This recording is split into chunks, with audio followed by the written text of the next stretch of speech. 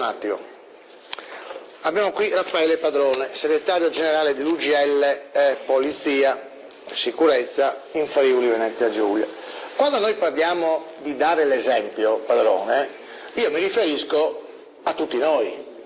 No, tutti noi dobbiamo dare l'esempio, perché se pretendiamo che il politico dia l'esempio, tanto più, per cortesia, tanto più dobbiamo essere noi cittadini a darlo, tanto più deve essere anche il tutore dell'ordine.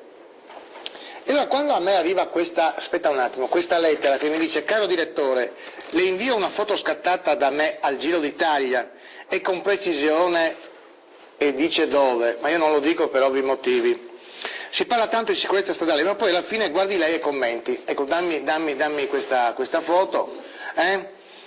C'è il motociclista della polizia stradale con una bella donnina sul sellino posteriore.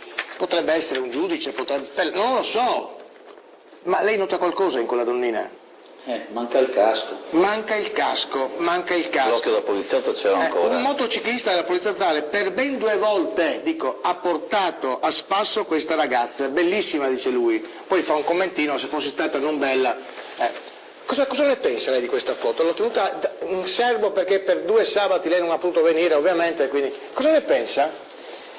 Come sindacalista. Lasciami la foto per regia, perché altrimenti abbiamo oscurato anche la targa, quindi non ho detto dove è accaduto, però dico...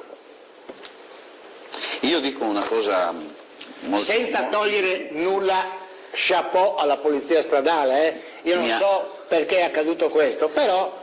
Allora, mi auguro solamente che quella persona... Come quando io parcheggio in sosta vietata, mi fanno la foto, io me la pubblico da solo dicendo scusatemi perché io sono fatto così, mi pare che anche in questa occasione... Questo è vero, sa direttore, le rubo solo un secondo prima di rispondere a questa cosa, un secondo. Io la settimana scorsa ho avuto un lutto in famiglia, lei lo sa, io correvo alle 7 meno 10 deve essere stato, 8 meno 10 scusi, 8 meno 10 perché il 118 mi diceva che la nonna stava... E ho fatto sicuramente un paio di infrazioni suonando il clacson, dimostrando con le frecce. Una signora mi ha detto: e lei è anche un poliziotto? Io non ho potuto fermarmi per dire questo. Io mi auguro solo, e rispondo a questo, è vero, perché noi dobbiamo rispondere per quello che siamo.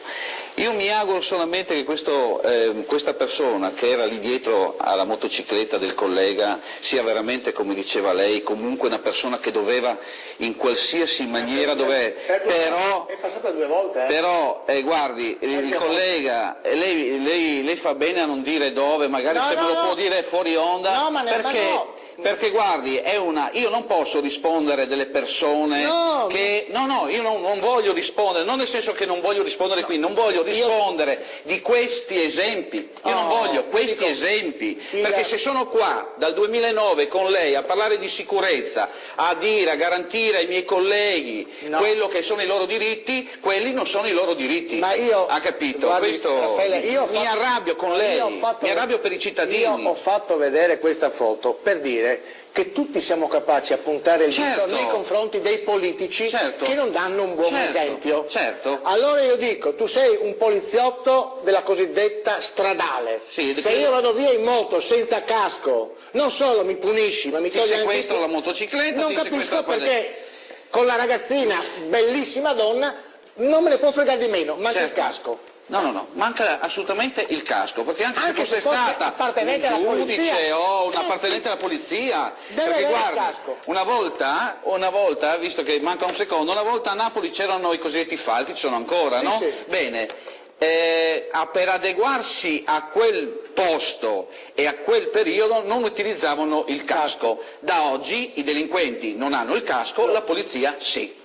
Questo è. Quindi io mi auguro veramente che questo collega poi abbia risposto a qualcuno, perché non l'avrà visto solo di me o chi l'ha fotografato, voglio dire. A me è arrivata un'email. Mi dispiace, e le posso dire che non è nemmeno in Friuli Venezia Giulia. No, ma mi dispiace, chiedo scusa io per il collega, guardi, veramente, perché se sono qua, ripeto, da anni per i diritti, questa poi è la vergogna di quello che si deve portare a casa uno. Raffaele Padrone, grazie. Allora.